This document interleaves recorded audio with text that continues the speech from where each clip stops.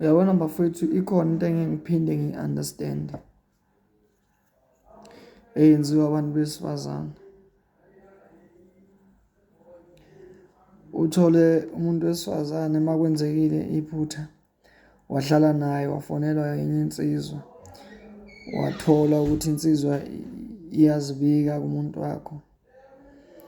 Umuntu uyambuza ukuthi inamba yakho uyithole kanjani? Wayicela ngamnika. Hawu. Unenamba yasasheli wena efonini yakho, uthandana nami. Ichaza ukuthini loo nto leyo? Hayi nje uyangeshela nje. Ayikho nje into etheni, uyangeshela. Uma ekushela uthini wena? Uthini kuye uma ekushela? Inamba yakho uyithole kanjani? Umnikeleni inamba yakho wazi ukuthi unomuntu othandana naye? Umnike kanjani inamba yakho wazi ukuthi unomuntu othandana naye? Awusho nje umnike inamba vele uthi akakweshele. Esigcine kusho ukuthi umnike ithemba lokuthi nje ukweshela nje uzoqala. Ngikhona mina.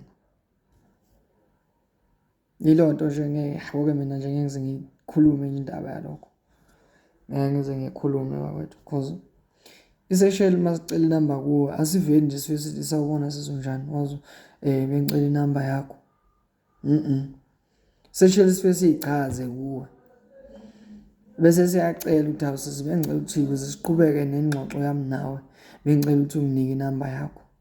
Wavuma wamnika ukusho ukuthi yinizani umnika ilungelo ukuthi enze njani aqhubeke nenkulumo ukusho ukuthi uya interested on what he is about to say.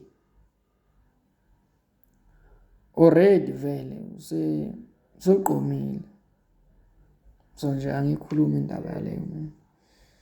Siyahlukana nje nomuntu enza udodo ofana leyo.